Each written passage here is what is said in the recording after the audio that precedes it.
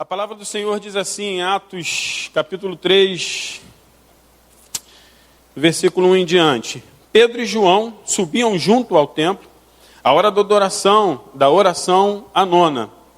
E era trazido um varão que desde o ventre de sua mãe era coxo, o qual todos os dias punham à porta do templo, chamada Formosa, para pedir esmola aos que entravam. Ele, vendo a Pedro e João, que iam entrando no templo, pediu que lhe dessem uma esmola. E Pedro, com João, fitando os olhos nele, disse: olha para nós. E olhou para eles, esperando receber alguma coisa. E disse Pedro: não tenho prata nem ouro, mas o que tenho, isso te dou. Em nome de Jesus Cristo, o Nazareno, levanta-te e anda. E tomando-o pela mão direita, o levantou, e logo os seus pés e tornozelos se firmaram. E soltando ele, pôs-se em pé, e andou, e entrou com ele no templo, andando, e soltando, e louvando a Deus. E todo o povo o viu andar e louvar a Deus. E conheciam-no, pois era ele o que se assentava a pedir esmola à porta formosa do templo.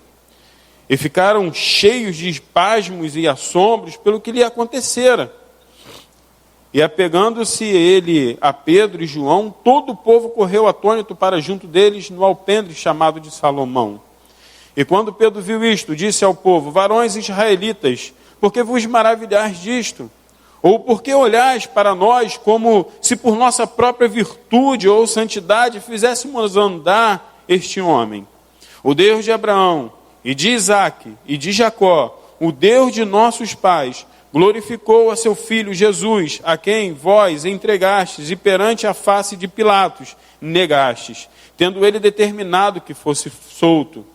Mas vós negastes o santo e o justo, e pedistes que se vos desse um homem homicida, e matastes o príncipe da vida, ao qual Deus ressuscitou dos mortos, do que nós somos testemunhas, e pela fé no seu nome, fez o seu nome fortalecer, e a este que vedes e conheceis, e a fé que é por ele, deu a este, na presença de todos vós, esta perfeita saúde. E agora, irmãos, eu sei que o fizeste por ignorância, como também os vossos príncipes. Mas Deus assim cumpriu o que já dantes pela boca de todos os seus profetas havia anunciado, que o Cristo havia de padecer. Arrependei-vos, pois, e convertei-vos, para que sejam apagados os vossos pecados, e venham assim os tempos de refrigério pela presença do Senhor. Pai, eis que diante de nós está a Tua palavra, e pedimos ao Senhor para que eu não venha ser um atrapalho, ó Senhor Deus, que eu não venha ser um impedimento para que a Tua palavra esteja chegando aos nossos corações, mas que o Senhor possa usar a minha vida, ó Senhor Deus, como um canal de bênção, que o Senhor possa usar a minha vida, ó Senhor Deus, usar o meu lábio, usar o meu coração, que eu venha a transmitir a Tua palavra, que é viva, que é eficaz, e que possamos sair daqui, ó Deus, entendendo o que é o Evangelho. Além do ouro, o que é o Evangelho, além da prata. Em nome do Teu Filho Jesus Cristo. Amém. Amados, essa palavra, esse texto, essa passagem que acabamos de ler, fala de um homem que era coxo, e alguns outros homens, algumas outras pessoas, vez por hora traziam aquele homem e o colocavam na porta do templo. E como era de costume, quando havia um aleijado, quando havia um coxo, quando havia algum deficiente, um cego, pessoas que necessitavam de um cuidado, digamos que especial, porque eram debilitados em exercer algumas funções, alguns trabalhos, as pessoas, os homens da lei, os escribas, os fariseus, as pessoas que se diziam religiosas, que se diziam homens e mulheres tementes a Deus, eles passavam por essas pessoas e era de praxe, porque a lei assim o dizia, eles davam uma esmola para aquele homem ou para aquela mulher, ou quem quer que seja que fosse um deficiente, mostrando ali a tua santidade, ou a sua compaixão, ou o seu amor por uma pessoa que está ali debilitada para exercer algum tipo de função. Então com esse homem não era diferente, trouxeram-no e colocaram-no ali na porta, e com certeza muitas pessoas passavam por ali para adorar a Deus no templo, e ele num lugar estratégico ficava ali recebendo as suas esmolas, e acredito eu que isso era feito durante muito tempo com aquele homem, então retiravam dali, o ajudavam de volta a estar dentro da tua casa, com as pratinhas que ele ganhava, com a boa ação daqueles homens que entravam ali no templo para adorar.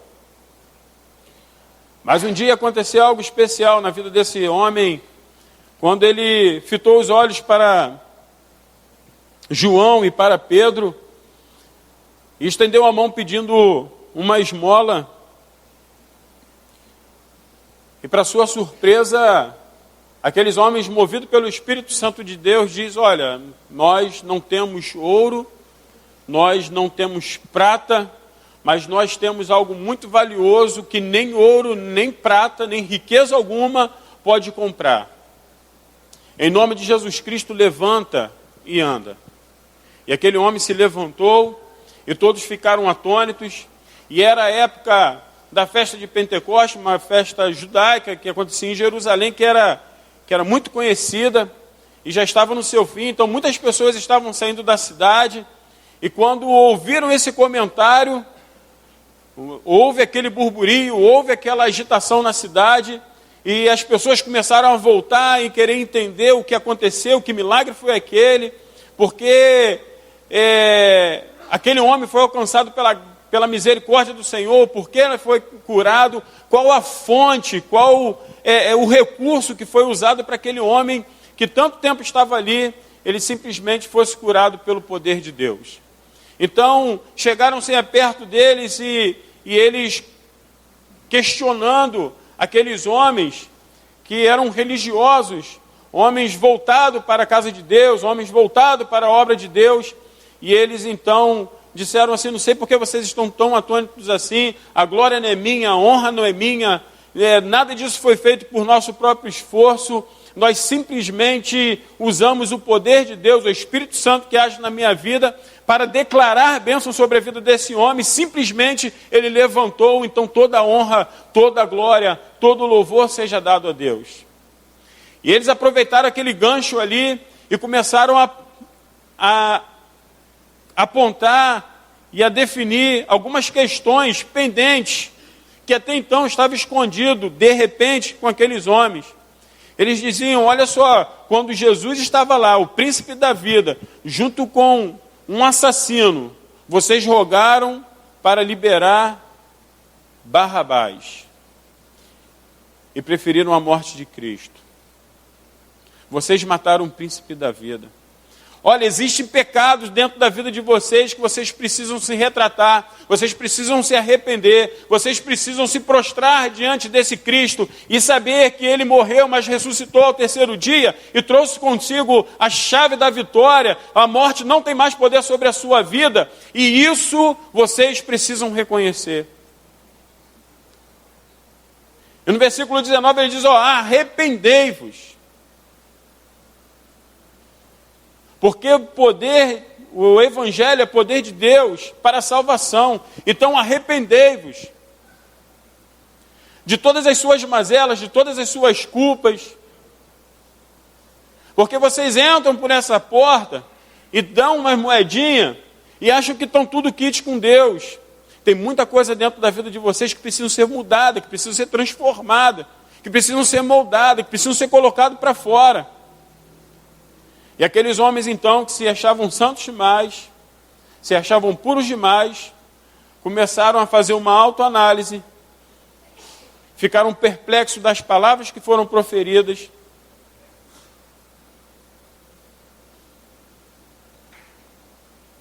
e a glória de Deus, o Evangelho puro, pleno, começou a tocar no coração daqueles homens. Amados, temos que ter o Evangelho como testemunho de nossa vida. Nós temos que testemunhar o Evangelho. As nossas ações, o nosso jeito, o que fazemos, o que praticamos, falam muito mais do que palavras. A sua vida, a minha vida, o nosso ser, a nossa maneira de viver, a nossa maneira de falar, a nossa maneira de se comportar, o nosso caráter, ele retrata muito mais a luz de Cristo do que a própria palavra.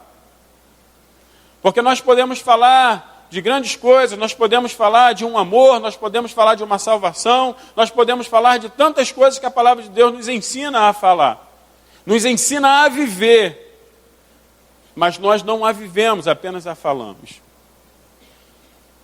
Em Atos 20, 24,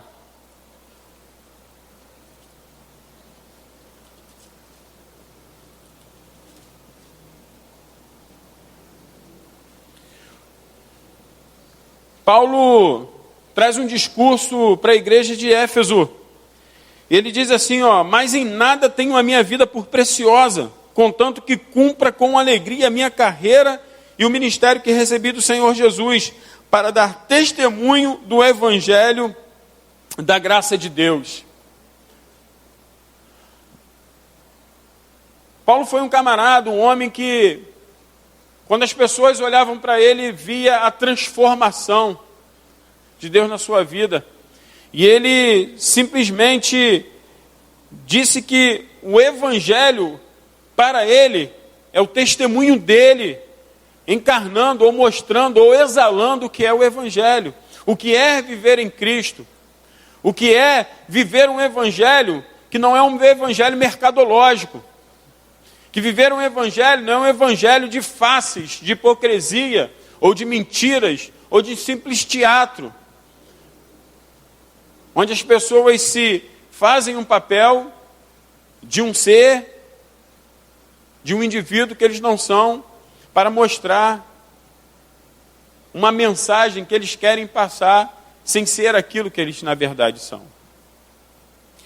E quando nós estamos inseridos no contexto de evangelho, Deus revela a nós as suas maravilhas.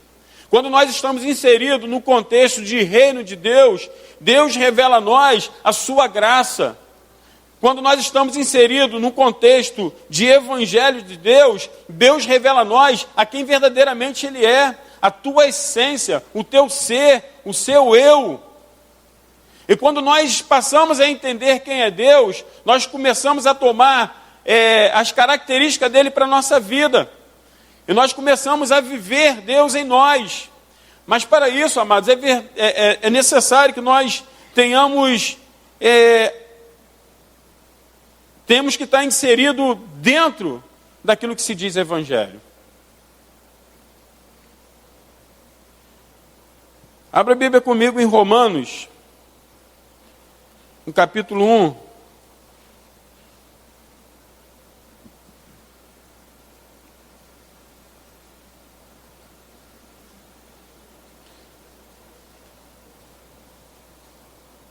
Versículo 16 e 17.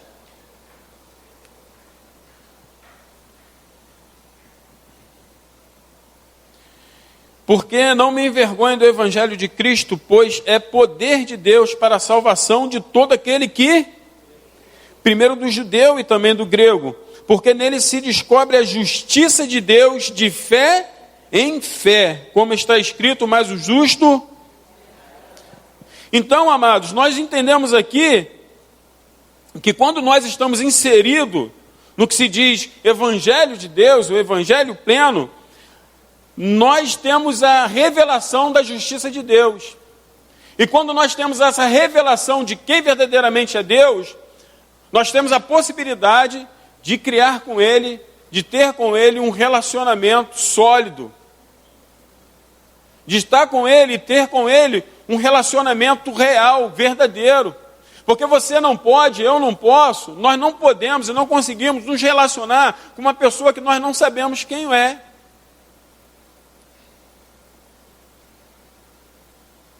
Nós não podemos nos relacionar com uma pessoa que nós não temos intimidade. Para você ter um bom relacionamento, é necessário você conhecer essa pessoa. É necessário você entender essa pessoa. É necessário você saber o que ela gosta e o que ela não gosta. O que o agrada e o que desagrada. O que a deixa feliz e o que a deixa triste. E esse evangelho, e essa questão de você viver um relacionamento com Deus, isso depende muito mais de você, depende muito mais de mim, do que propriamente Deus, porque o que o Eterno quer é ter um relacionamento conosco, um relacionamento de perto.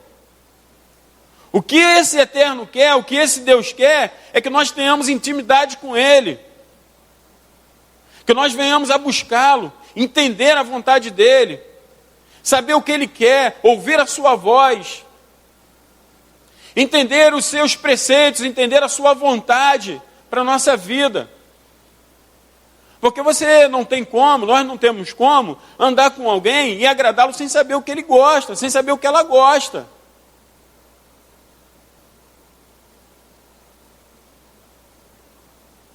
Ontem, lá na churrascaria, passou um cupim, amados. Quando aquele garçom chegou com aquele cupim, com aquela faca afiadinha, começou a cortar aquele negócio, começou a sair sangue daquela carne. Eu falei assim, é a cara de Michele. Você quer agradar a Michele, minha esposa, dê uma carne mal passada para ela, amados. Se você convidar a Michele a um churrasco, não dê carne bem passada para ela. Ela não vai gostar. Aí depois passa a picanha, que coisa chata. Aí vem aquela casquinha, né, de cima, e cortou e jogou no meu prato. Aí eu falei, essa outra que está sangrando, pode cortar que é para ela. E corta que é para ela.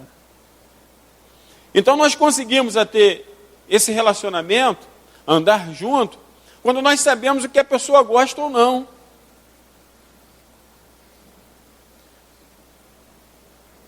Existe uma vontade de Deus se revelar para cada um de nós. Aliás, esse é o propósito dele para a minha vida, para a sua vida, é se revelar a nós. Mas a não revelação de Deus está justamente no que nós acabamos de ler. É porque nós criamos barreiras e impedimos que Deus chegue muitas vezes à nossa vida. Impedimos ao Senhor de chegar na nossa vida porque temos nossos pecados em ocultos, escondemos coisas, burlamos coisas.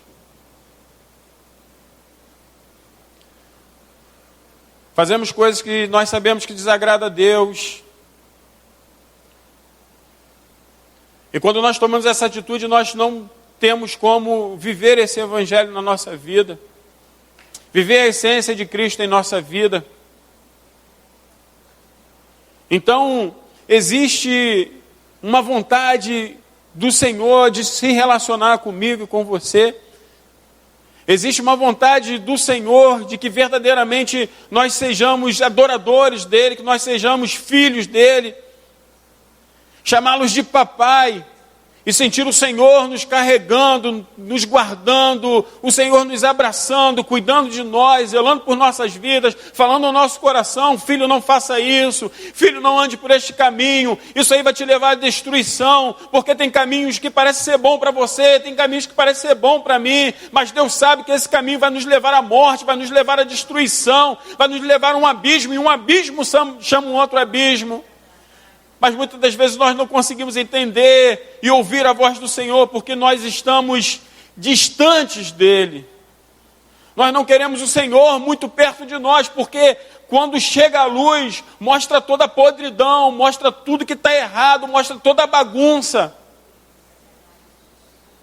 Porque quando a luz chega na nossa vida, as coisas que estão em oculto, as nossas mazelas, os nossos erros, aquilo que está no porão da nossa alma começa a aparecer, começa a se expor, e nós temos vergonha de expor essas coisas para o Senhor. Quando Ele diz, clama a mim e responder-te-ei, anunciei coisas grandes e firmes, coisas que que o meu coração não é capaz de entender, não é capaz de enxergar aquelas coisas enormes, grandes, que eu tenho já preparado para você, para a sua vida. Amados, e no nosso grupo uma pessoa escreveu que havia perdido um bem, mas que materialmente isso trouxe um certo abalo para a vida desse casal, mas isso é fato, isso acontece comigo, de repente acontece com você. E escreveram assim: Deus vai te restituir, Deus vai repor tudo, Deus vai colocar tudo de volta no lugar. Pode até ser, meu irmão, pode até ser, minha irmã. Mas o Evangelho de Deus não nos promete riqueza, o Evangelho de Deus não nos promete restituição de um bem material. E quando a palavra de Deus diz que todas as coisas cooperam para o bem daqueles que amam a Deus, Ele diz que no momento de perda, no momento de fraqueza, o que eu quero é que o seu coração seja voltado para mim, então eu vou te sustentar, então eu vou te guardar, eu derramarei o meu óleo sobre a sua vida, o meu Espírito Santo sobre ti, e você verá o melhor de mim para você.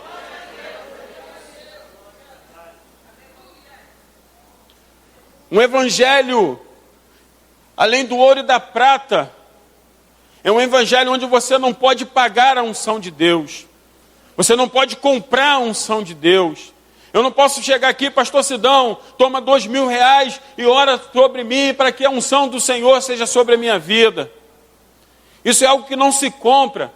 O evangelho, além do ouro, o evangelho além da prata, ele é conquistado, nós o conseguimos com muito esforço.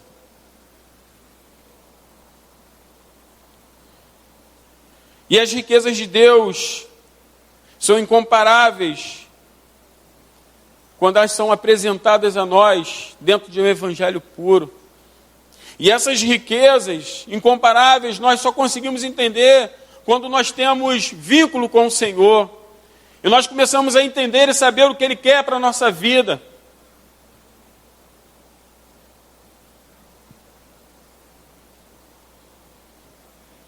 Abra comigo a sua Bíblia no livro de Efésios.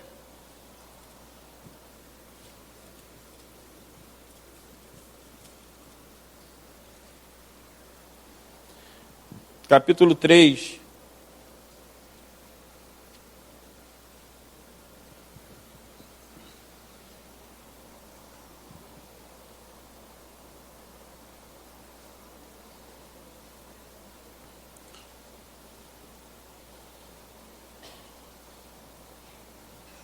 Versículo 8.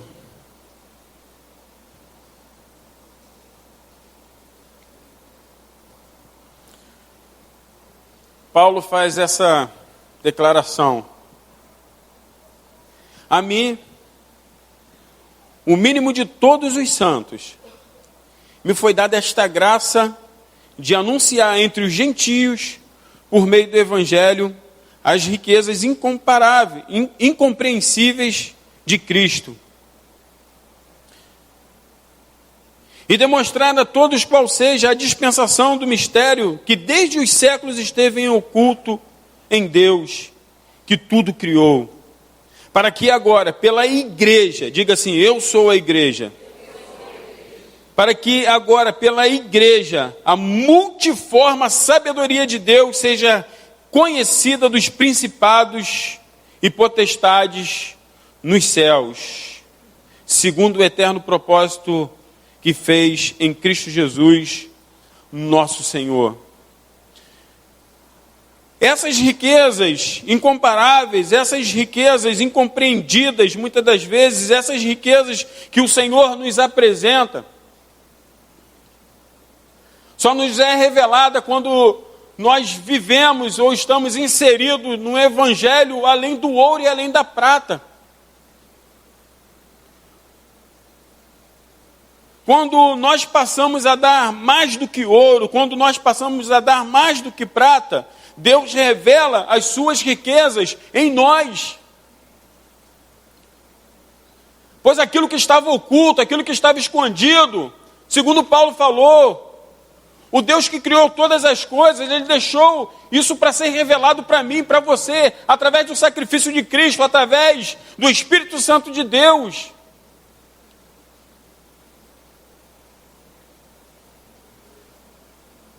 A multiforme sabedoria de Deus foi revelada a nós, Igreja do Senhor. E muitas das vezes nós não desfrutamos dessa revelação, quando ficamos nas margens de um relacionamento com Deus. Para a gente ter acesso a toda essa revelação, para a gente ter acesso a tudo isso que Deus quer para a minha vida, para a gente ter acesso a tudo isso que Deus quer para a nossa vida, para a sua vida, é necessário muito mais do que virmos ao culto de quarta-feira, é necessário muito mais do que virmos ao culto de domingo de manhã, é necessário muito mais do que estarmos aqui no culto à noite, é necessário um desprendimento de coisas que te amarram, que te enlaçam, e você ainda vive uma vida regressa e não consegue progredir com o Senhor. A revelação, a multiforme sabedoria de Deus nos é revelada quando nós colocamos para fora aquilo que nos amarra, aquilo que nos aprisiona, e nós expurgamos aquilo e nós colocamos diante de Deus.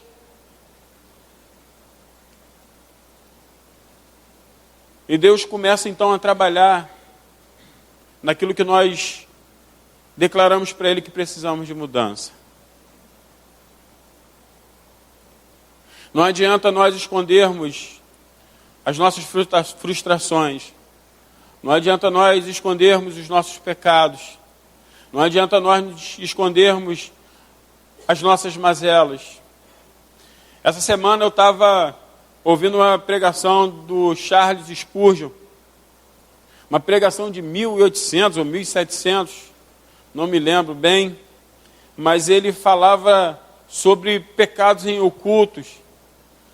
E ele dizia uma coisa nessa sua ministração: nós dentro da igreja, nós que acreditamos em um Deus, muitas das vezes nós apontamos para um ateu e o chamamos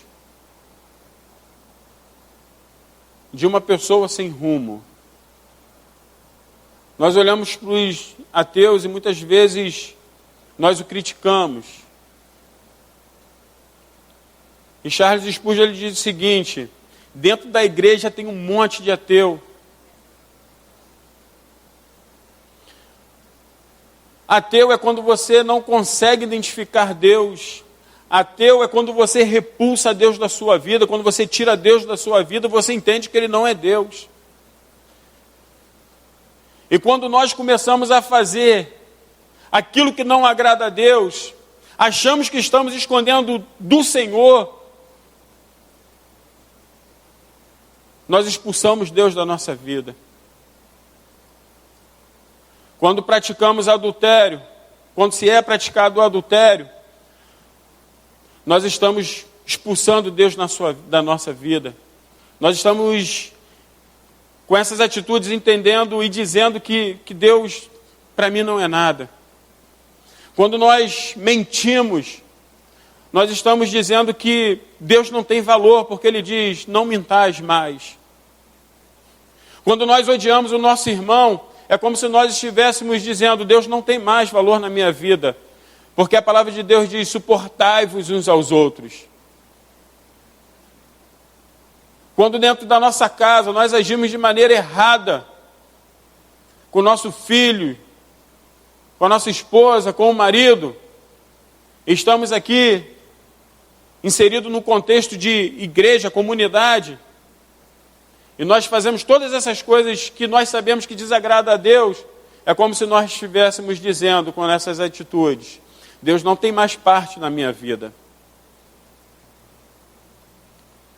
Quando nós estamos no nosso trabalho, roubando o patrão, seja em dinheiro ou seja morcegando, quando nós estamos dentro da faculdade e temos pensamentos horríveis que desagradam a Deus, e nós nos escondemos dentro de algumas atitudes para dizer: eu não sou parte do reino de Deus, nós estamos expulsando Deus na sua vida e nos tornamos pior do que ateus. Porque nós ignoramos a presença de Deus na nossa vida. A palavra de Deus nos dá algumas diretrizes, caminhos, para que nós venhamos a viver uma vida íntegra diante do Senhor. Mas quantas das vezes nós, eu digo por mim, eu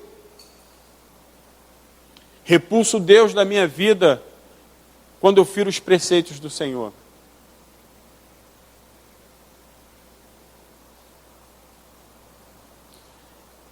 Aí nós vivemos essa vida de falsidade diante de Deus, e nós vivemos essa vida distante diante do Senhor, porque o que faz você se aproximar de Deus não é simplesmente a sua vinda a essa comunidade, ou qualquer igreja que seja, mas o que traz Deus para a sua vida é um relacionamento seu com Ele. Deus tem um relacionamento com você na sua intimidade, você como pessoa, como indivíduo.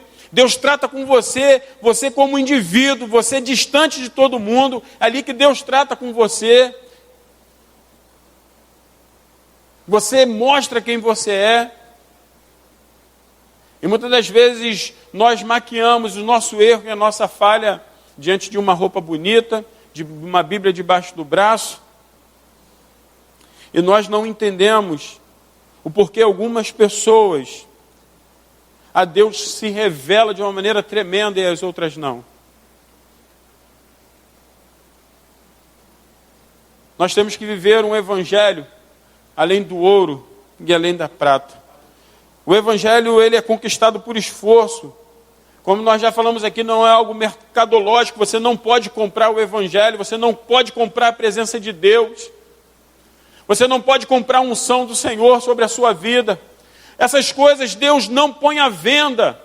Ele dá de graça. Mas para que essas coisas cheguem na minha vida, na sua vida, é necessário que nós venhamos a nos desprender do pecado, da mazela, do erro e voltar o nosso coração para Deus. Porque existe o anseio de Deus por sua vida, por minha vida. Ele quer um relacionamento íntegro com você e comigo. Ele não quer você 90%, 80%, Ele quer você como um todo. Ele quer a minha vida como um todo. Deus tem ciúme de você, Ele tem ciúme de mim. Porque quando Ele se entregou àquela cruz, se fazendo maldito em meu lugar, em seu lugar, era para que houvesse em nós vida, e vida em abundância. Um evangelho que vai além do ouro e da prata, é um evangelho que não promete te dar uma casa melhor, não promete te dar um carro mais novo, não promete te dar um emprego melhor. Um evangelho que vai além do ouro e da prata, é um evangelho que Deus quer ter um relacionamento comigo e com você. Que Ele quer usar a sua vida e a minha vida como fonte de bênçãos. Ele quer usar a sua vida e a minha vida como fonte de adoração. Que as nossas atitudes venham exalar o perfume de Cristo. Para que as nossas atitudes venham promover paz no ambiente em que vivemos. Para que a nossa vida com o Senhor venha produzir frutos.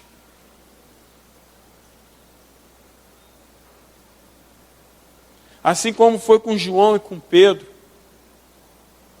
que entraram ali no templo após o Senhor usá-los para a cura daquele coxo, revelar a glória de Deus naquele lugar.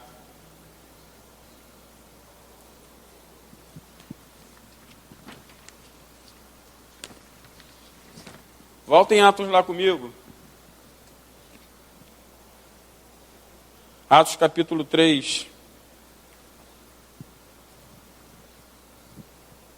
Nós já estamos encerrando.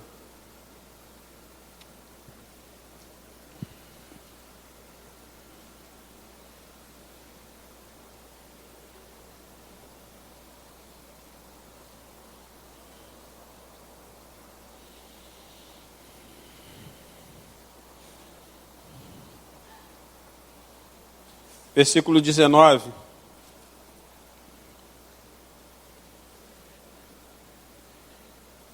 Diz assim: arrependei-vos, pois, e convertei-vos, para que sejam apagados os vossos pecados. E venham, assim, os tempos de refrigério, pela presença do Senhor.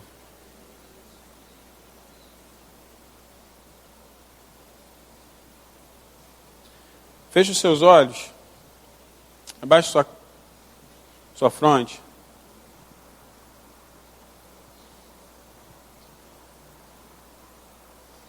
E faça uma autoanálise de si mesmo. Essa palavra de Pedro e João foi ministrada dentro de um templo. Arrependei-vos e convertei-vos, para que sejam apagados os vossos pecados.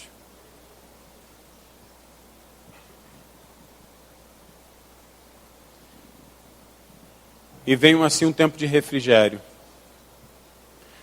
De repente você, meu irmão, minha irmã, tem travado lutas constantes. Em seu interior, de repente, há uma luta que parece ser infinita. Há uma luta que de repente parece não ter fim. Você acha que não vai mais conseguir. Você acha que já chegou no seu limite. E que você não vai conseguir se acertar diante de Deus. E você não vai mais conseguir dar mais um passo. E que as coisas estão muito difíceis. E você até tenta se aproximar de Deus. Você até tenta ter um relacionamento com o Senhor. Você vem aos cultos. Você ouve a ministração da palavra. Mas na hora de praticar aquilo que tem que ser praticado, você não consegue. Na hora de se desvencilhar do seu pecado, das suas mazelas, você não consegue.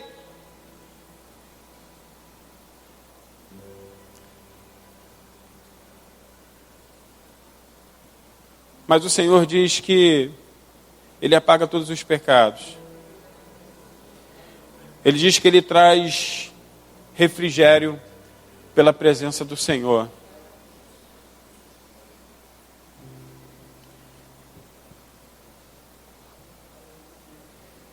Faça uma reflexão de como tem sido a sua vida com Deus. Faça uma reflexão se você tem vivido um evangelho além do ouro e da prata. Muitos homens, muitos religiosos passavam ali para entrar no templo e davam esmola àquele coxo. Mas Pedro e João fizeram algo diferente. Eles fizeram mais do que o ouro e a prata. Eles deram aquilo que o dinheiro não pode comprar. Eles deram aquilo que somente um relacionamento com o Senhor pode trazer para a nossa vida. Uma autoridade vinda do Senhor, dos céus. E que se você ainda tem algo a tratar com Deus, que você possa aproveitar esse momento e expor para o Senhor tudo aquilo que afasta a sua vida dele. Tudo aquilo que impede com que vocês tenham, ou que nós tenhamos um relacionamento com o Senhor.